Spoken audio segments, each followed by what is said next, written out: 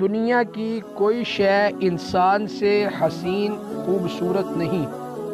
امام قرطبی نے سورۃ التین کی بحث میں لکھا ہے کہ حنیفہ ابو جعفر منصور کے دربار کا چہیتا رئیس عیسیٰ بن موسیٰ ہاشمی اپنی بیوی سے بہت محبت رکھتا تھا۔ چاندنی رات تھی، اپنی محبوب بیوی سے دل لگی کی باتیں کہہ رہا تھا۔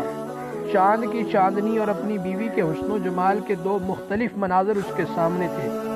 بیچارہ وفور محبت میں اپنی بیوی کو مخاطب کر کے بے اختیار بول اٹھا، تجھ پر 3 طلاقیں اگر تو چاند سے خوبصورت نہ ہو۔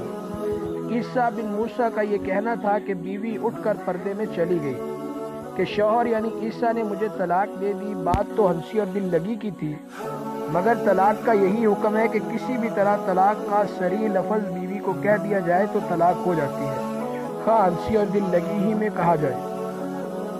بیچارے عیسیٰ نے ساری رات بڑی بے چینی اور رنج و غم میں گزار دی اور صبح کو خلیفہ وقت ابو جعفر منصور کے دربار میں حاضر ہوئے اور اپنا قصہ سنایا اور اپنی بے پناہ پریشانی کا اظہار کیا۔ خلیفہ منصور نے شہر کے فقہاء اور اہل فتویٰ کو جمع کر کے سوال کیا تو سب نے جواب دیا کہ طلاق ہو گئی، کیونکہ چاند سے زیادہ حسین ہونے کا کسی انسان کے لیے امکان ہی نہیں۔ مگر ایک عالم جو امام ابو حنیفہ کے شاگردوں میں سے تھے، جن کا نام امام ابو یوسف رحمۃ اللہ علیہ ہے، خاموش بیٹھے رہے اور دیگر فقہاء سے موافقت نہ کی۔ منصور نے پوچھا، حضرت آپ کیوں خاموش بیٹھے ہیں؟ تب یہ بولے اور جواب میں بسم اللہ الرحمن الرحیم پڑھ کر سورہ 3 کی تلاوت کی اور فرمایا، اے امیر المؤمنین، اللہ تعالیٰ نے ہر انسان کا حسن تقویم میں ہونا بیان فرمایا ہے۔ لقد خلقنا الانسان فی احسن تقویم، ہم نے انسان کو بہت ہی خوبصورت سانچہ میں پیدا کیا ہے۔